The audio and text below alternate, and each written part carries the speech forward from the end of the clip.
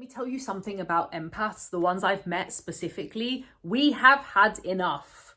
Enough. Literally enough. And because we feel everything around us, everything and anything, any environment can become too overwhelming. Hey people, welcome back or to another video. I'm super excited to speak on this topic. Now, just for starters, no, I'm not a professional astrologer.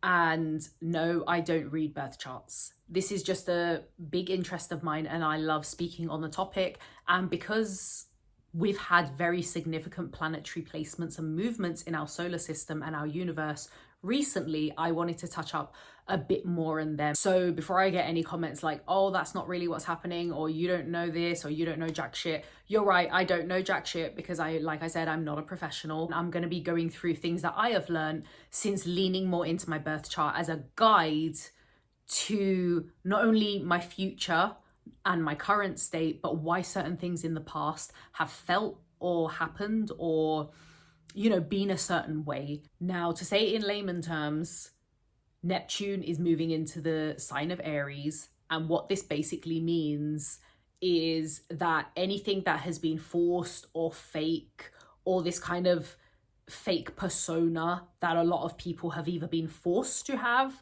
or who have possessed out of their own free will because they have no idea who they are or they lack any kind of authenticity. And especially if they have used that mask to manipulate people, to hide the truth. Now, this can be like businesses as well. It doesn't just have to be an individual. It can be businesses who have worn this persona.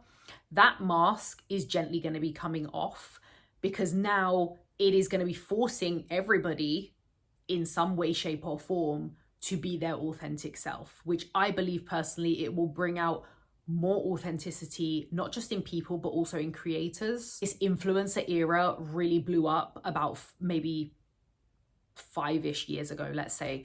And it got really, really big during the lockdown and all of that stuff because everybody was online.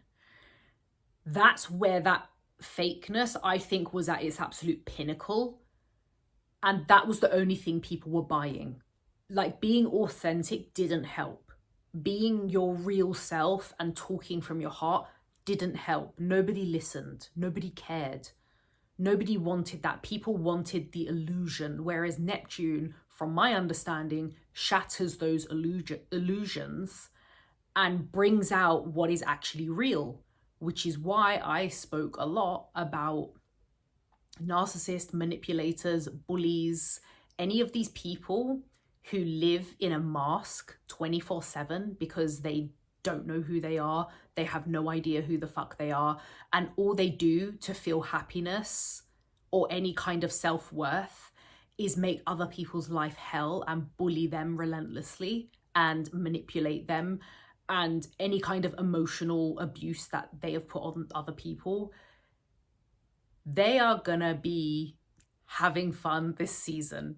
Actually, they won't be, because they'll be forced to drop their mask and they will be exposed. So if you have been a victim to any of this and you know who your abuser is, like, well, you know of them, obviously, you're just gonna imagine them having the universe smack their bare ass for them.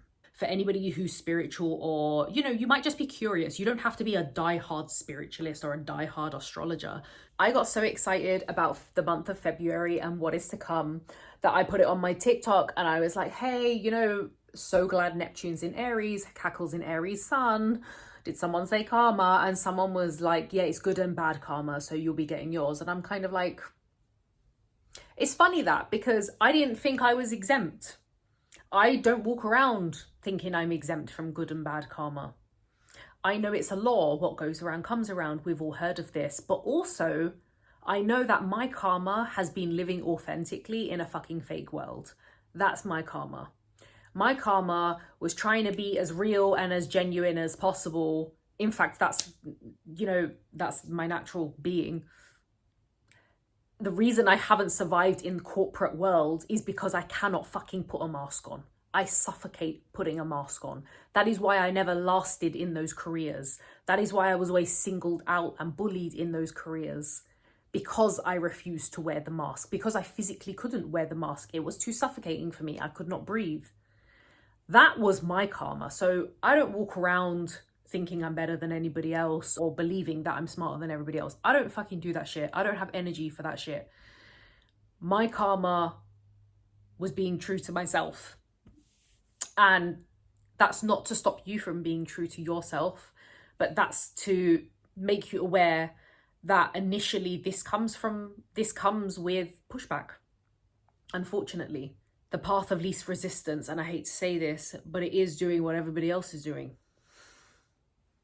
Sorry, but it's up to you. You have two choices. You can follow the crowd and it's the path of least resistance. Fine. If you want that for you, great.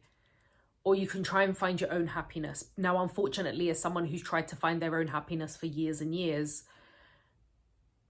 it's a lot of trial and error and it's a lot of pushback because people just don't understand why you won't just do the status quo.